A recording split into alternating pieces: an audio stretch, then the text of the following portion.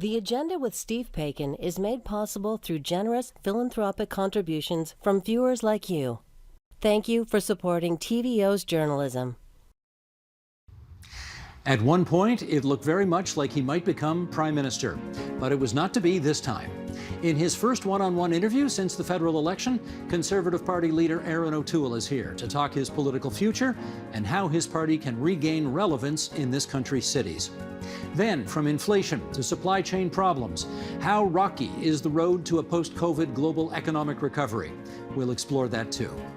It's Wednesday, October 20th, and that's ahead on the agenda.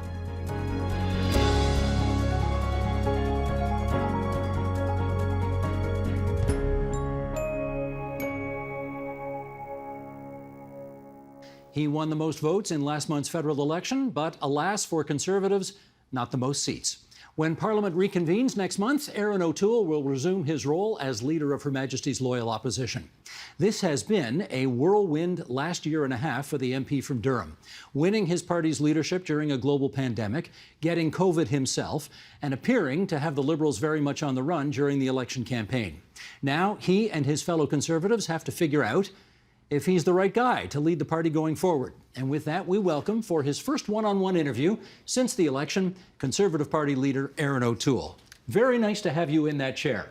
Good to be back with you, Steve. My first real interview winning leadership was with you, but I was in a hotel room. Yes, I remember giving that interview. I do remember that. Well, we should do a little housekeeping off the top here, because you are, in fact, the one and only guest we have actually had in this studio in the last 19 months. We somehow got a special exemption for you, I think because we're both double vaxxed. We've both had COVID. We're 6 feet apart right now. We do have 3 camera operators in the studio right now. They are all double vaxxed and they are all masked up and they are all 6 feet apart. So we think we're pretty safe right now and everything's kosher going forward. And I won't speak moistly either, Steve. I know what that's a reference to. Very good. Sheldon, our director, if you would, let's put the first graphic up, please, because we want to remind everybody what the people of Canada had to say on the 20th of September. They gave the Liberals, in their wisdom, 160 seats, the Conservatives 119, the Bloc Québécois 32, New Democrats 25, and the Green Party 2 seats. Erin, what do you think Canadians said with their votes on the 20th of September? Well, Mr. Trudeau spent $600 million on an election to get virtually the same parliament, Steve. Obviously, I'm disappointed. I thought I put forward a campaign to talk about change, talk about our economic risks coming out of COVID. But the result really was people were still nervous about the pandemic. In the last week, they saw some provinces having difficulties. And I think many people that were kicking the tires with the Conservatives didn't buy the car. And so we have to continue to do the hard work needed to win the trust of those people, and I'm committed to do that as leader. Did you think you'd win more than 119 seats at the beginning of the election campaign? Well, people were predicting the demise of the Conservative Party. They said we'd go down to 70 seats. One prognosticator said I wouldn't win my own seat in Durham. And yeah, but at some point it looked like you were going to win the whole thing. We were doing very well in the middle when we were talking about our economic recovery. We were talking about inflation, which is, again, hitting records today, Steve. So when we were talking about the way forward, securing the future, we were winning. But people got nervous again at the end of the campaign. Mr. Trudeau called the campaign knowing the modeling would do that. And so he used COVID for his political advantage. I thought it was wrong to have a pandemic election. I still think that. But we have to learn the lessons from the campaign. There were a number of ridings that were surprises. We lost votes in the Chinese-Canadian community, for example. There's a number of reasons for that we're exploring. And as leader, I'm committed to making sure we learn the lessons because our country needs a stronger economy, a prosperous future, an ethical government, and they're not getting that with the Trudeau Liberals. You say when you were in first place in the polls, people got nervous. What did they get nervous about in your view? Mainly about COVID. You know, it was unprecedented for the Prime Minister of Canada, Justin Trudeau, to pick fights with about 5 different premiers throughout the course of an election. You know, mocking their response or criticizing their actions. That's not a sign of leadership, and it explains why we have national unity crisis in this country right now. But it worked politically. People were nervous about COVID, particularly coming in to seeing ICUs being filled up in Alberta, for example. Rather than working together, Mr. Trudeau used that fear. I don't think that's leadership, but it produced a lot of people that were looking at us, not voting for us. And I've got to do better to secure that vote. We did grow the people that were considering voting, so our voter universe went up dramatically, but we didn't seal the deal, particularly here in Southern Ontario. And as a kid from Southern Ontario, I do feel responsible for not meeting what I wanted to do, but I know it's there next time. We'll pursue Southern Ontario and the rest of the province for that matter in a moment, but I do want to ask you this. You know, Justin Trudeau really seemed vulnerable the last two elections, both yours and Andrew Scheer's. I mean, he got the lowest percentage of the total vote, I think, in Canadian history for anybody who won an election. But he did win. He did win in both. He got two minority governments. And as much as you disagree with him, do you have to acknowledge that at some level, somehow, he has established enough of a connection with enough Canadians that they want him? Well, you know, I've joked with my wife, Rebecca, you know, I've been to Toronto for some meetings and some speeches, and if I counted all the people saying, hey, I voted for you, we need to replace Mr. Trudeau, I wonder how I lost the election, Steve, because people are very dissatisfied with Mr. Trudeau, and his surfing trip to Tofino on the first day of Truth and Reconciliation was another example of how he's constantly letting us down. But we do have to recognize they have been able to very effectively deliver their vote and demonize others. If you look at the end of the race, some of the attacks they were shelving on me, claiming Jagmeet Singh couldn't be a spot for some voters on the left and trying to consolidate. So they use fear and wedge politics better than I think any political party in the Western world, Steve. And does that mean we jump in and do that same type of division? I tried not to. We're going to continue to talk policy. We think the economy is on life support right now. If you look at the risk of interest rates going up, you look at companies leaving and not having confidence in Canada. If you look at jobs, though, all the jobs have come back, but we're told anyway. We have job shortages across the country. You know, it's time to end the CERB, Steve. You know, Mr. Trudeau has delayed the tough decisions of changing government supports within the pandemic because he was also buying votes in some cases, sending checks to seniors days before an election. Is that the best way to help the vulnerable seniors, for example? There was probably a lot of spending that wasn't needed, but Mr. Trudeau was buying votes. So we have to put forward a plan to get our economy going, making sure Canadian prosperity is there for our kids and grandchildren. I think after the pandemic, when people look at the parties on their merits without COVID lingering over anyone, we win that election. I want to talk to you about MTV. And not the video channel. I want to talk to you about Montreal, Toronto, Vancouver. Because in the biggest cities in this country, the Conservative Party won very, very few seats, as you know. And if you'd like, take a look at the monitor over there, because we're going to put up a map of the Greater Toronto Area, which you know very well. That little patch of blue on the east end there, I think that's your riding in Durham. But again, you haven't got much company up there. The Liberals, for a whole bunch of reasons, I guess, are just, it's a fortress for the Liberal Party in the Greater Toronto Area and through much of Ontario. What is preventing you, in your judgment, from connecting more with urban voters across this country? Well, we're doing analysis of our own exit polling, Steve. Those challenges are real. I'm not going to mask them. Some of the decisions I made as leader in the last year were meant to show Canadians that whether it was climate change, whether it was Indigenous reconciliation, whether it was LGBTQ rights, I was going to make sure that the Conservatives were there to not just present ideas, but to make sure we had candidates from the LGBTQ community. Our new MP in Thornhill, for example, is another member of that community joining our caucus. Melissa Lantsman. Frequent guest on this program. A great Conservative activist and advisor. She's now in our caucus. She's going to be fantastic. We need to make sure those communities know we're taking issues they care about seriously and that we have Conservative solutions. So your map shows we've got a lot of work still to do, Steve. The polls, when they were looking good midway through, people in those ridings were looking at us. And I really do think, had we not had the spike in ICUs and COVID roar back, some of the division caused by Mr. Trudeau and Mr. Bernier on the question of vaccines, would it have been a different result? Perhaps. But we lost. I'm the leader. I'm responsible. But our project to make sure that we reach out to voters in urban and suburban Canada is the fundamental question our party has to tackle before the next election. Since you mentioned Maxime Bernier, let me follow up with a question on him and his People's Party. Can you win an election in this country if he's eating 6 to 8% of your lunch each time out?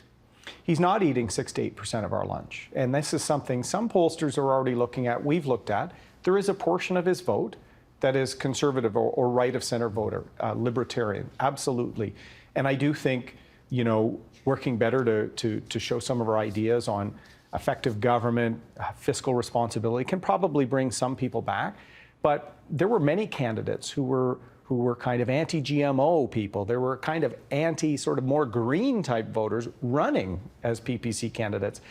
He got people that hadn't voted in the past to vote, motivated largely on the vaccine question. So he's not a deterrent to your electoral success going forward? No, you know, and we're not going to use the division and quite frankly, his approach is divisive and divides the country, scares people in some cases. We want to be the center-right option for Canadians concerned about their economic future, concerned about safety in their community, these sorts of things. But we are analyzing all votes because I think we need to also have those liberal conservative switchers open to voting for us on economic grounds. Do they still exist? I know, like, you know, obviously I'm steeped in the history of this province and the so-called blue grits / red Tories, who would be those liberal conservative switchers who, if they sort of got tired of the Liberals, might go to you. But I've been told by so many Conservatives over the years, they don't exist anymore. What do you say on that? They do exist. In fact, I've been speaking with many of them in the last few days here in the Toronto business community, getting ideas for the economic issues facing the return of Parliament. They want to see a strong economy. They want to see a private sector. They want to see risk-taking and innovation in Canada. But they're socially progressive. They also wanted to see policies on the environment and other issues. We are providing that, but as a new leader doing everything through Zoom or my appearance on the agenda from a hotel room, not here in studio, it was a tough year to show people the Conservatives were putting forward ideas, even on areas where people think we fell short. Our housing policy was probably the best in the last election. We had commentators who haven't been generous to us in the last few years saying, Conservative Party has the best set of policies for the housing crisis in the GTA and in Vancouver. We need to continue to show people that we're going to tackle the issues they care about, because there's a lot of voters in that realm, because Mr. Trudeau is running more like a traditional NDP prime minister, not as an inheritor of the Paul Martin fiscal approach to governance. So we've got an opportunity with those urban and suburban voters. Let's talk leadership. How firm do you think your grasp of the leadership of your party is right now? Strong. We're united. We're disappointed, no one more so than me, Steve. But we came very close and saw our vote share go up in many ridings that were literally a few percentage points difference would have elected Conservatives. In ridings like Kenora in Northern Ontario, we're seeing our vote go up. In parts of the Windsor area, vote go up. Our outreach to unions and to working Canadians going very well. In fact, we're giving Charlie Angus and people like that a run for their money. And I'm going to predict to you, we're going to win more seats in Northern Ontario next Timmins? time. James Bay? Timmins, James Bay. We were within 100 votes in Sault Ste. Marie, and the steelworker local endorsed our Conservative candidate. So our outreach is working, Steve, but we also need to show that we can keep the party and the country united. So we're doing an exercise to make sure we learn why we fell short. We have one of our MPs, James Cumming, who lost in Edmonton, doing a full review, including a review on me. What do you want to hear from him? How to tackle those maps in Vancouver, Montreal, Toronto, how to make sure we not just get people to kick the tires, because we're approaching now 50% of the population considering voting for us, but we didn't close the deal. How can we do that? Where did we fall short? We had some stumbles throughout the campaign as well, but overall ran a fairly professional campaign. Where can we improve? I've been involved in 360 reviews in the private sector, lessons learned in my military career. We have to apply that politically. But our caucus is united, and I've been quite reassured by how positive they are on us winning the next election.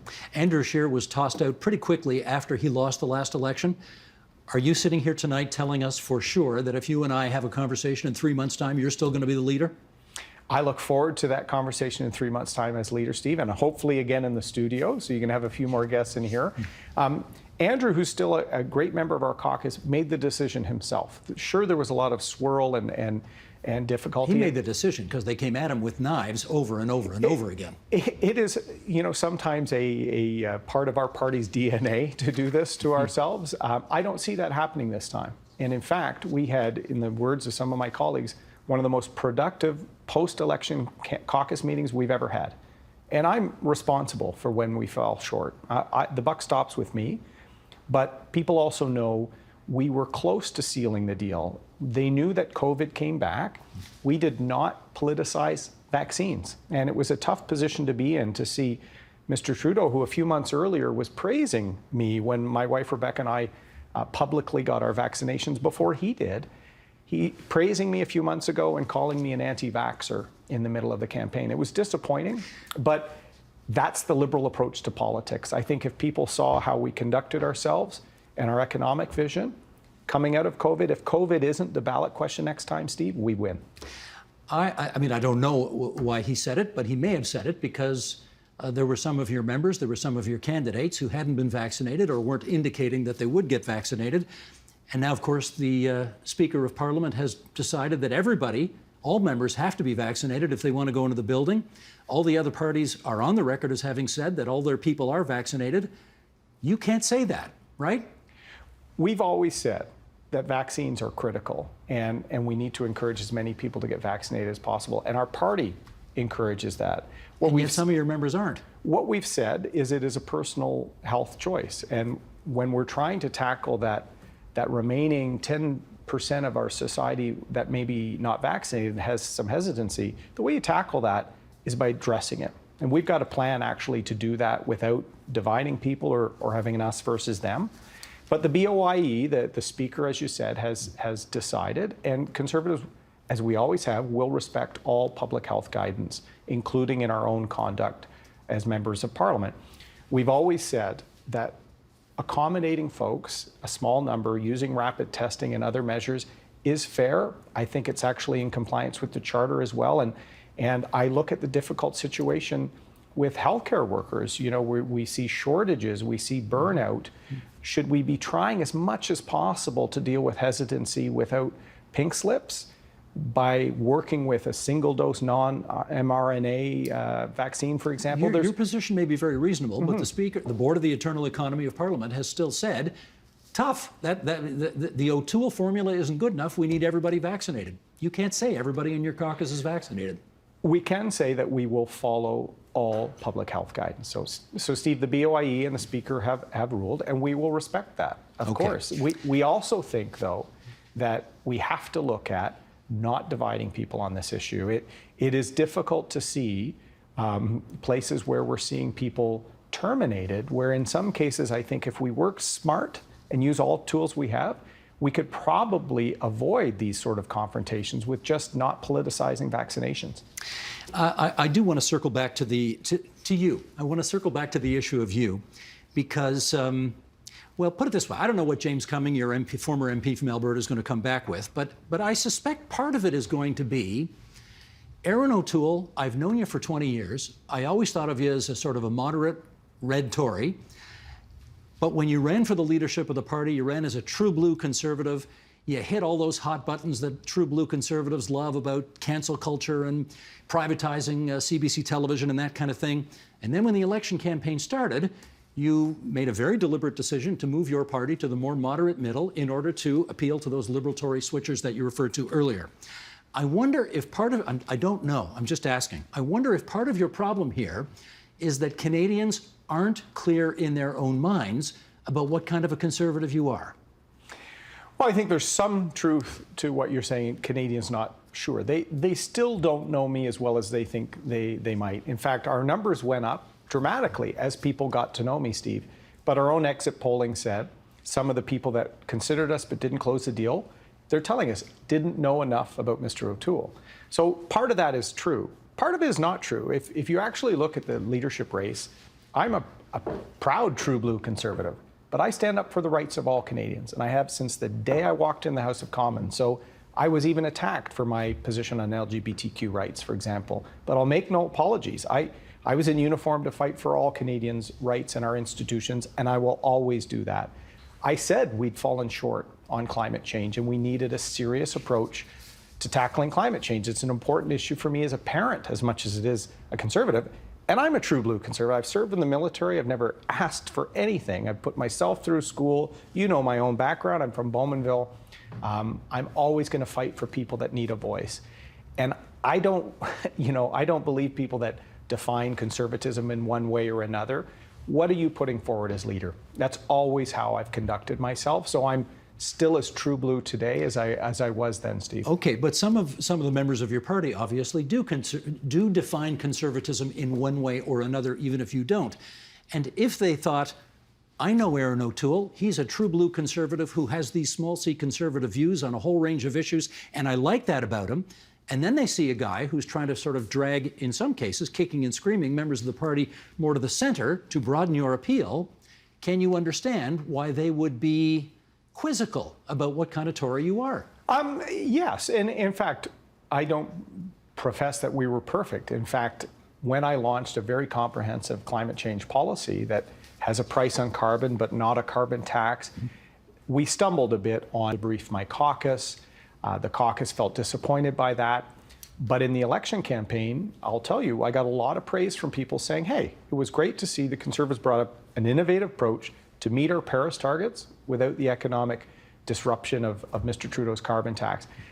I can do that better next time by, I think, engaging caucus better, by making sure we can get out and explain these issues better. But that some of those issues are being used as Erin O'Toole departing from where he was in the leadership. But if you look, I was criticizing the leadership for saying we needed to be more serious on climate change. I want those urban voters in the maps you showed, Steve, to know that on any issue that is of concern to their family, the Conservatives of Canada will have a solution for you. It will be free market based, it will be smaller government, it's not going to be an Ottawa knows best approach, but we have to show we're tackling the issues of 2021.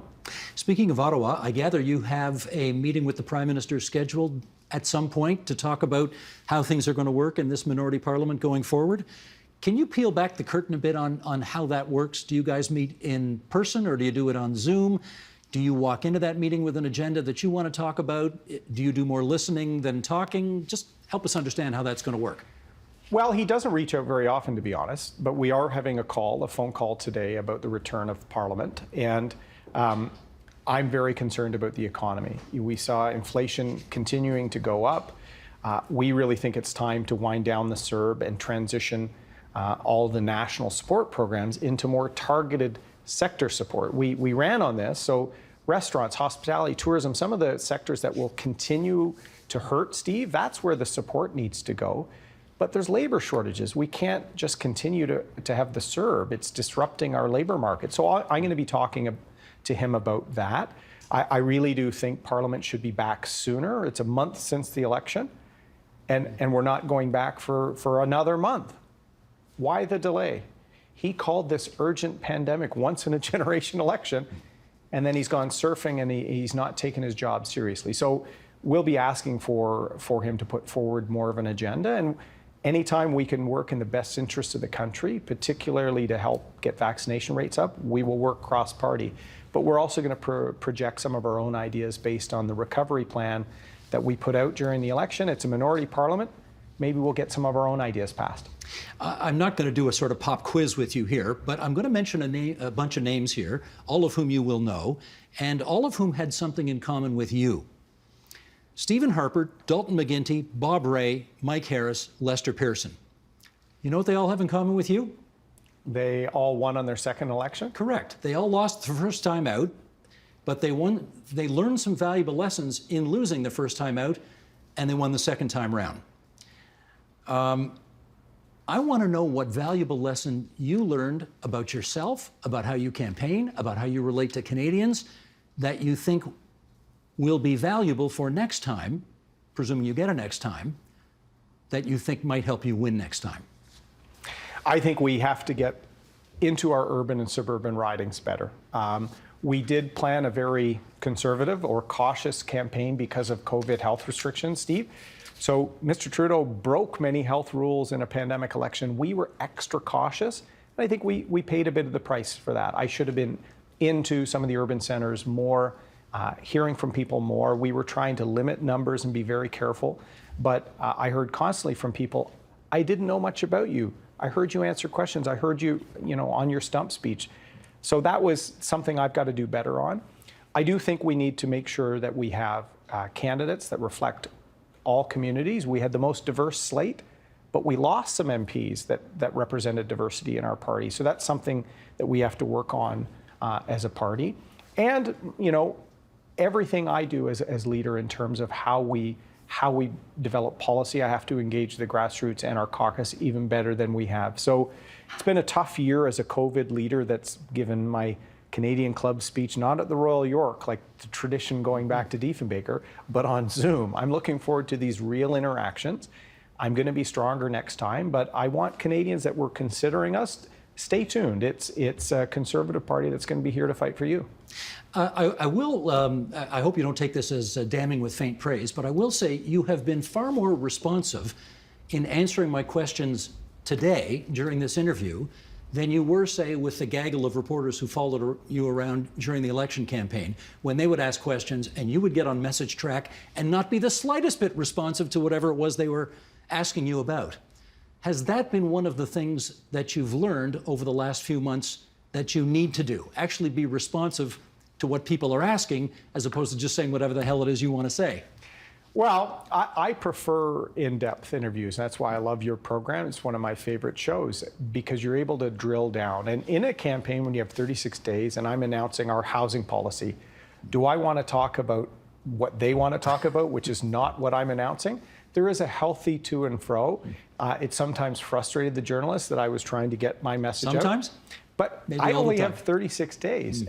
And I often joke, Steve, I'm competing against a prime minister who people have known since he was born in 24 Sussex.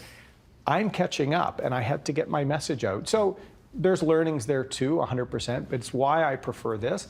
I'm going to be looking at doing some podcasts and other things where you can actually do a deeper dive. I'm a leader that not only reads the speech, I deliver, Steve. And that's where Mr. Trudeau and I are very different. He does not dive into the details on things. I do, and I think Canadians want a prime minister like that. So these more in-depth approaches rather than the firing line of a press conference, I think will work with my style better. That's Erin O'Toole. He's the leader of the Conservative Party of Canada. He's the member for Durham, and he's been the first guest we've had in this studio in 19 months, which we're very pleased about. Erin, it's good to see you again. Thanks for coming in. Great to be on the agenda, Steve. Thank you.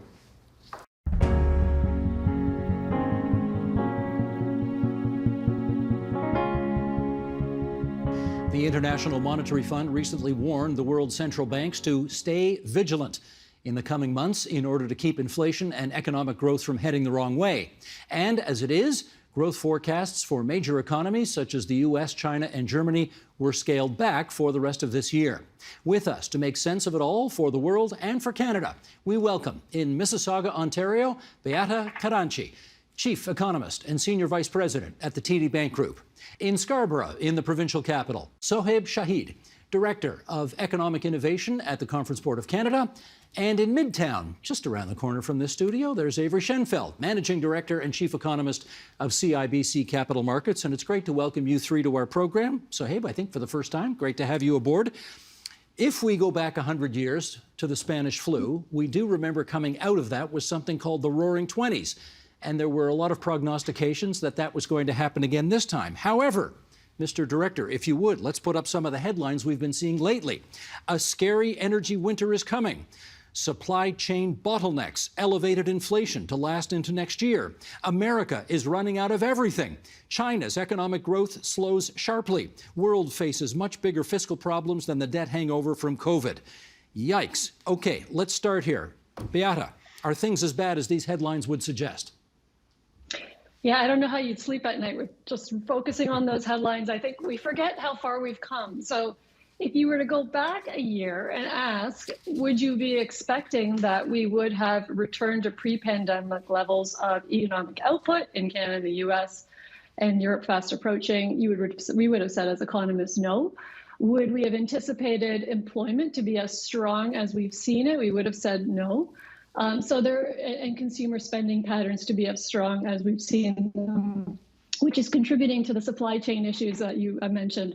So all of those answers would have been no. The recovery has been far faster than many of us have anticipated. We had this serial upgrade on our forecasts occurring as we try to catch up to what people were actually doing. We're exiting a cycle, at least in advanced economies, where people have higher or stable income relative to pre-crisis, higher wealth relative to pre-crisis, and higher savings. And so I think, it depends what lens you want to focus on, Steve, but I think there's a lot of positive things happening. And this is why we're seeing some of the dislocation happening in supply chains, in energy markets. They're not uniquely occurring absent of strong demand. So, Habe, a lot of positive things, but perhaps not the roaring 20s that were projected? Steve, absolutely. What these headlines tell me is that things will worsen before they get better. The global economy takes 2 steps forward, 1 step back. And whenever you think that the global economy's proverbial engine is humming, it meets another speed bump. So there are a lot of factors that are bogging down the global economy right now. The first being supply chain disruptions. And these supply chain disruptions, by the way, they're not a short-term phenomenon. They're not just happening because of semiconductor shortages or port congestions, but they're also happening because of long-term issues such as US-China decoupling and deglobalization pressures. Now, the other thing that is bogging down the global economy is the fact that inflation is turning out to be more persistent than central banks thought. Now, we got the Canadian inflation numbers this morning. The last time we had such high inflation was back in February 2003. And mind you, this is not just a Canadian phenomenon. In Germany, Germany is experiencing inflation that is at a 30-year high. The Chinese producer price index is at a record high. So we're not alone in this. The final thing that I'll mention, speaking of China, is that China is slowing down because they're retightening some of the restrictions. And since China is such a big player in the global economic landscape, when China slows down, so does the rest of the world. Avery, the new inflation number did come out today, 4.4%. Sohaib is right, biggest in a long time, highest in a long time. Temporary or more permanent in your view? Well, part of that is because we're comparing prices to when things were really cheap in the middle of the first wave of the pandemic. We're still relatively, they don't look as bad if you look at over the last 2 years, for example. In my mind, a lot of what's messed up goes back to COVID. If we want to understand why, for example, some prices are escalating, it's because in parts of the world, COVID is still raging. Remember, for example, in Southeast Asia, we had a huge wave of COVID go through that took everything from Vietnamese clothing manufacturers to some major chip suppliers to the Japanese car companies out of commission for a while because their workers were sick and were sent home. Some of the problems in our ports relate to earlier port disruptions because workers were ill. So if you really want to know, are these high prices going to persist? And also, are some of these bottlenecks that are actually holding back economic growth at the same time, are they going to persist? What you really need is a different panel than this. I call myself Dr. Schenfeld sometimes because I have a PhD, but according to my daughter, who is a doctor, I'm not a real one. And at the end of the day, a lot of this is going to be about whether COVID behaves itself, not just in Canada, but increasingly we're realizing that's a global story. We need COVID to go away a little faster. And I would agree with Beata. A lot of what we saw this year was better than we expected. The one big disappointment was back in January, Anthony Fauci, who's the American infectious disease guru, promised me and everybody else that life would be sort of back to normal by the fall of this year. And we know that that's not the case because I'm not in my office and neither are some of my colleagues here on the air. And we know that the fact that life isn't back to normal around the world, I think has a lot to do with these elevated prices for goods that are somehow tied up in a messed up world where COVID is still around. Well, the Raptors, I'm sure, are going to have a full house of 20,000 people tonight, so they're back to normal. But you're quite right. Lots of stuff is not back to normal. The price of gas, Beata, is definitely not back to normal. I think about $1.50 a litre in Toronto, last I checked. I'm sure it's higher in Northern Ontario. What does the price of gas tell us about the state of the economy? Well, gas is one of these things that we all notice because you see it literally at the pump and you react to it quickly. But it's not really reflective of what's happening in the broader economy. We have quite a bit of volatility that happens with gas prices. Even, in 2009, when we were going into the global financial crisis, we had oil prices moving at $140 a barrel, right? So it doesn't really capture everything. I think if you want to have a better representation of what's happening, you'd want to look at things that consume large amounts of people's pocketbook, right? Shelter would be an important one. And that is an area that we're seeing inflationary pressures build. Not surprising to anybody who's been in the housing market, whether you're buying or renting these days, you're seeing the pressures universally there, and that's an area that's starting to build in Canada. I would pay less attention to things like transportation costs, which are very pandemic sensitive, airfares, hotels. If it takes a cue from the U.S., they'll continue to rise through the fourth quarter, and then we should see those start to taper off. And what's happening on the gasoline prices is very much a commodity shock that's happening globally. So it's coming through on oil, it's coming through on natural gas in a number of areas. Certainly it hits our pocketbook, but to me, those aren't the barometers of what's happening in terms of demand pushes occurring in the economy.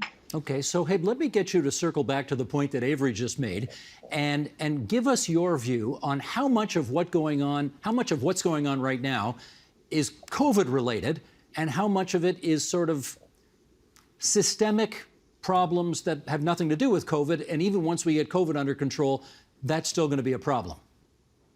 Sure. Let's just take inflation, for example. Yes, there are some base effects at play here. Yes, COVID is playing a role in pushing prices higher, but COVID is not the only culprit here. I think even though, I believe inflation will stay around the 3% mark over the next couple of years. And mind you, even though 3% doesn't seem a lot, it's more than what Canadians are used to.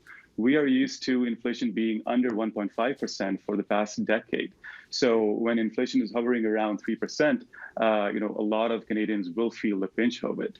And, inflation is also, staying elevated because of some of the long-term factors at play here. So let's look at some of these long-term factors. These are aging, deglobalization, supply chains becoming more resilient, China's economic model changing, and also this convergence we're seeing in fiscal and monetary policy. So I think if inflation persists, if inflation remains high or goes higher, I think a lot of central bankers will be in a difficult position because, if they allow it to remain high, inflation, will go up. But if they hike rates too soon, they also risk stalling growth prematurely. So it's a difficult time to be a central banker. Avery, let's talk jobs here for a second. We really are, I think, in a kind of unprecedented moment here where we have lots of people in this country and frankly, all around the world who have decided not to go back to work. And one of the reasons they've decided not to go back to work is that they have come to the realization that their old jobs sucked. They didn't pay enough. They weren't very interesting. They weren't treated all that well by their employers. And frankly, the CERB kept them above water well enough that they felt they didn't need to rush back to their jobs. And now we're in a set of circumstances, particularly in the service business, where many employers cannot fill the positions that are available. There are jobs out there that people don't want anymore. What do you think that phenomenon, the impact of that phenomenon might be on the inflationary pressures we're feeling right now? So it does seem like this is a take this job and shove it moment. If you remember that song, that was from a long time ago, though. So those sorts of feelings have always been around. I think there's a few unique circumstances here. One is, remember that one reason people are reluctant to take some of these jobs, particularly there's a lot of jobs open, for example, in long-term care facilities, healthcare, and so on, is that people are afraid of catching COVID at those jobs. So again, I'd partly blame COVID. As well, in sectors like restaurants and hotels, workers were off those jobs for so long that they had found something else to do with their life, perhaps. And so the businesses involved can't just hire back Joe, who used to work as a waiter. They've got to go find new people. So it's going to take a little longer. When we look in Canada, we're not quite seeing the same wage pressures, more broad wage pressures that we're seeing in the U.S. There is a material acceleration in wages that the Canadian data are a bit mixed. but certainly not as aggressive yet. And what I always say to employers is, don't stand there saying there's a shortage. Why don't you hire someone away from someone who works down the street by paying a little more? So we may actually see some pickup in wages in some of these sectors to fill those jobs. We've had a period also in 2020 where we had light immigration numbers. And remember, some of those service sector workers came from the ranks of recent immigrants. So we held that back. We will likely pick that up again. But in terms of people deciding that life is going to be different for them and so on, that might be easy for them to say for a while. They've been getting government benefits in some cases, but those benefits will run out. I think people will start to have to go to work, even if they'd like to tell their boss to take the job and shove it. Maybe they'll be paid a little bit more. And frankly, if you look back at the last couple of business cycles, we've had business cycles where profits rose a lot and wages not so much. So we might actually be in for a little bit of a rebalancing where the labor share of the total income pie improves a little bit in the coming cycle. And that's not necessarily a bad thing in terms of thinking about inequality.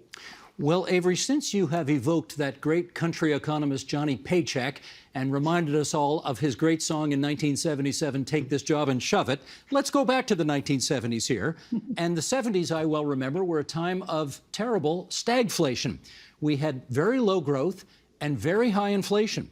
And Beata, I wonder if you see a return to those conditions in your future. Well, there's people are coining this period not stagflation, but like slowflation, meaning that we don't have the stagnant economy. You can't have growth, which is what we're expecting in the second half of this year, running at about 4%.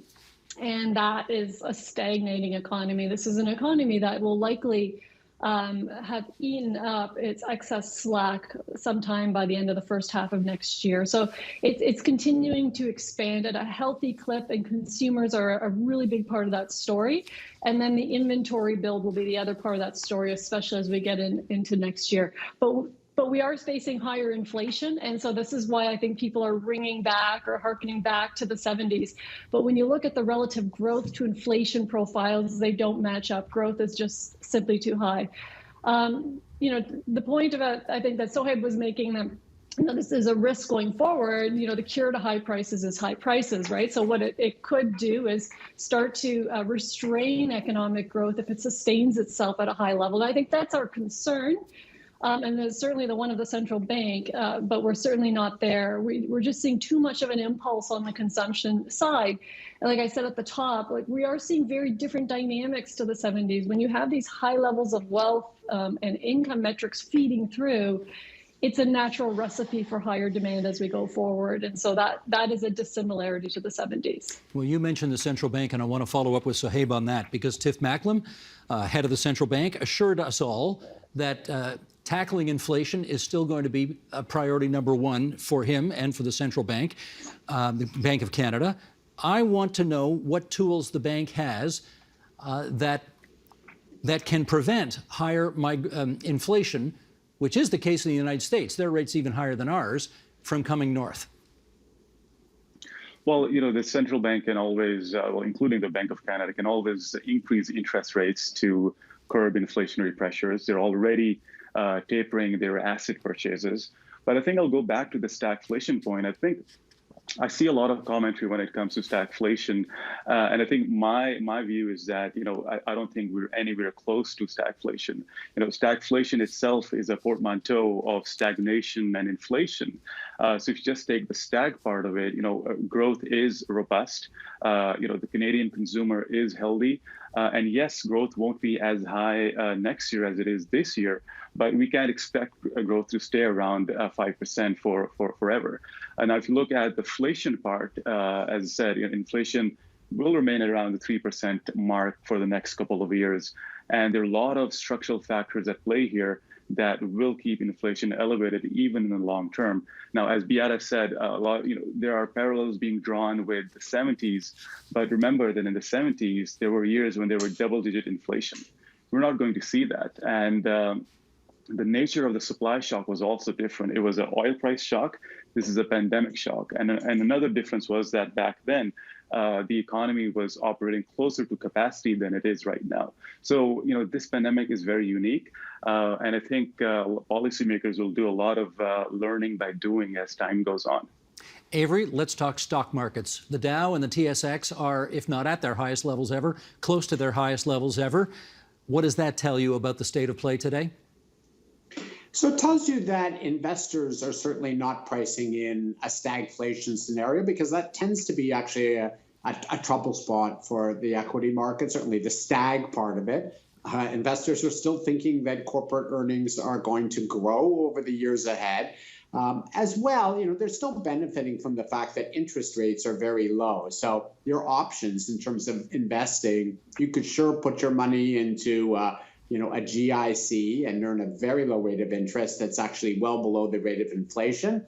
Or you could buy the basket of TSX stocks and earn substantially more than that in dividends. And as long as the stock market doesn't go down, you're well ahead, particularly after taxes. So there's a fair dose of optimism there. And I think one of the factors that central banks are weighing here is that there is a time at which they will have to start raising interest rates, probably late next year and for the next few years beyond that. But right now, a lot of the inflation is coming from these supply shocks. And it's not really the time that you would start slowing the Canadian economy down to tackle inflation, because that's just going to make it a longer time frame to get back to full employment. And yes, we're back to the level of employment we had before the pandemic, but not the unemployment rate. And total hours worked are actually still pretty soft. So there's room for more full-time job gains here. So I wouldn't like the central banks to start raising interest rates aggressively or early in an attempt to cure the inflation problem while bringing on more of that stagnation that we're worried about. And certainly what the equity market is saying is they're not worried yet that central banks are going to make that sort of mistake, raise interest rates too abruptly and take the stock market down with it. Beata, are we living through one of those moments where the stock markets tell us that things are fantastic, but the real economy certainly doesn't feel that way? That disconnect, what does that mean?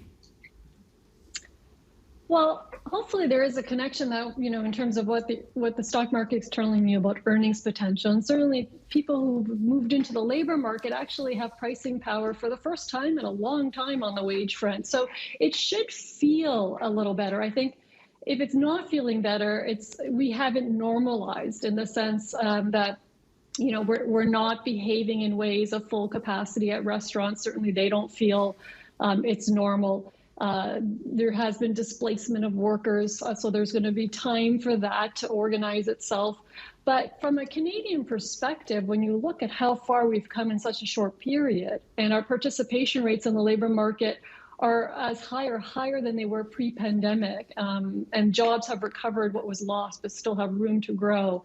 It should feel better. And it's a question of, are we too focused on the negatives, on the media bombardment on negatives, forgetting that there's been a lot of positive elements that are coming out of this cycle, one of which is that there has been a reorientation of social policy. One of the lessons learned in the pandemic are things like unemployment benefits that cut off a large portion of the population due to insufficient hours, due to self-employment.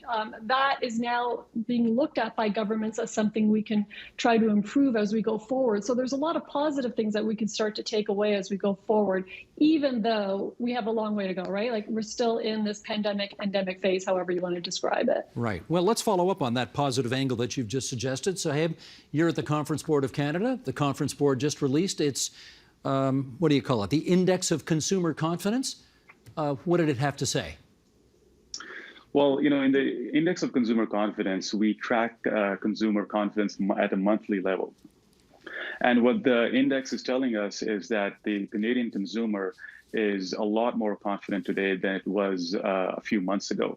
And a big reason for that is they're more optimistic about the future job prospects because of the reopenings that are taking place. Having said that, there are a lot of concerns consumers have when it comes to higher prices and inflation. And if you ask them, they tell you that they're holding back on spending on large ticket items because they're waiting for prices to first come down Now, and in our forecast, we really believe that in the near term, at least, consumer spending is what will really drive GDP growth.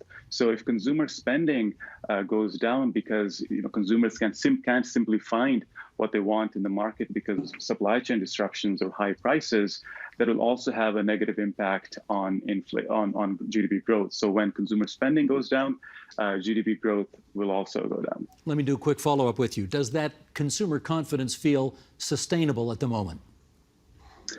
It doesn't. I think it really depends on the path of the pandemic. I think as cases go up, consumer confidence goes down, and I think that's what we've been seeing for the past 18 months as well. Okay, Avery, I see that Apple's going to manufacture 10 million fewer iPhones because of a shortage of microchips. Same reason, cars, used and new, are going to cost more money. Do these conditions, in your view, foster consumer confidence? So I think people may be a bit frustrated. The car buyers certainly are frustrated not being able to get the model they want, or people who want a particular fridge or stove have to maybe take a substitute.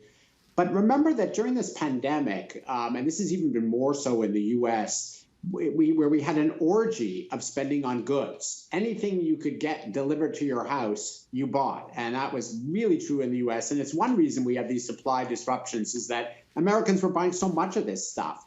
And Canadians were doing it too, to some extent, buying houses in very high numbers at rising prices and buying stuff to go in those houses. And what we haven't been doing is we haven't been getting on an airplane. We haven't been going to a restaurant. We haven't, for a while, we didn't even get our haircuts.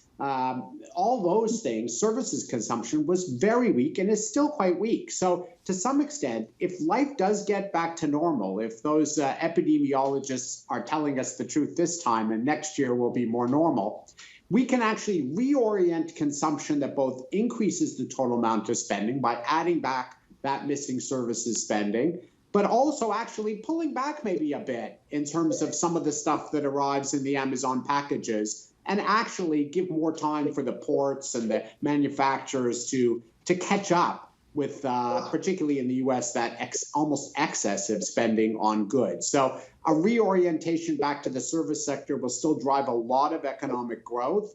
There's a lot of restaurants, stores, hotels that have lots of capacity to make a comeback. And at the same time, might actually relieve some of the inflation pressures we're seeing from a little too much emphasis on buying things that we can use at home while we're stuck at home. Well, let me follow up with Beata on that, because we've talked already about the supply chain congestion problems. We could add to that list disruptive employment practices right now. We could add to that list container shortages, or containers coming into ports and not enough people unload them and get stuff off to warehouses. We're not that far away from Christmas shopping season. Do you have any reason to expect that the shelves, when people, I hope, still go to department stores or actual places to shop, those store shelves are going to be less full than they might otherwise be? Well, what it actually might do is pull forward people's consumption patterns. And so what we may actually see is above average spending happening through the months of October and November as people anticipate the potential supply shortages, which in itself creates a supply shortage. So we get a little bit into a circular outcome there. And this is why some retailers, some of the bigger retailers, Walmart and others, have pre-stocked. They brought in inventory earlier, which contributes to some of the backlog at port. So you can see what's happening here. This is a demand side story that's playing out. To Avery's point, if you looked at what our profile before the pandemic was for consumer goods spending on durable goods, we are today 20% higher on that consumption than we would have predicted we would be today had there been no pandemic. So it's telling you that people have reoriented their consumption too much to the goods and non-durable goods like clothing and other factors, and not enough on the services side. And so that cure is really the normalization of the economy, which we will likely see hopefully next year. But you're correct. We could be in for another season of shortages, and people will have to make choices, perhaps delaying purchases because of high prices. However, that just pushes it into next year. Or they substitute out. Instead of buying product X, they buy product Y or whatever's available. And then the last option is they do the early buying. But all roads are leading to the same area. We're not really talking about consumer confidence being low on the consumption side or being weak on consumption. All of these are a function of high demand. So, hey, we got time for one more comment, and I'm going to give it to you. What's the one thing that keeps you up at night that you think could adversely have an impact on Canada's potential economic recovery? You know, when I think about the one thing, I don't just think about, the next year or the next couple of years. I'm thinking more long term. And I think what really concerns me, not just next year, but 5 years from now, is the fact that Canada is increasingly living in a more bipolar world. And what I mean by that is, we have our largest trading partner, our closest ally, also our neighbor, in growing conflict with a rising power in China.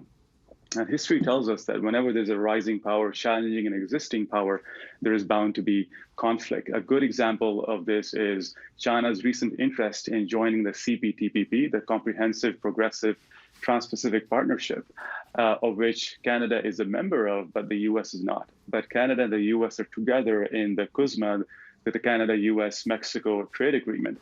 And the Americans wanted the Mexicans and the Canadians to include a provision in the CUSMA saying that if Canada negotiates a trade agreement with a non-market economy, it has to let the U.S. know, in which case the U.S. can ask for concessions within the CUSMA framework.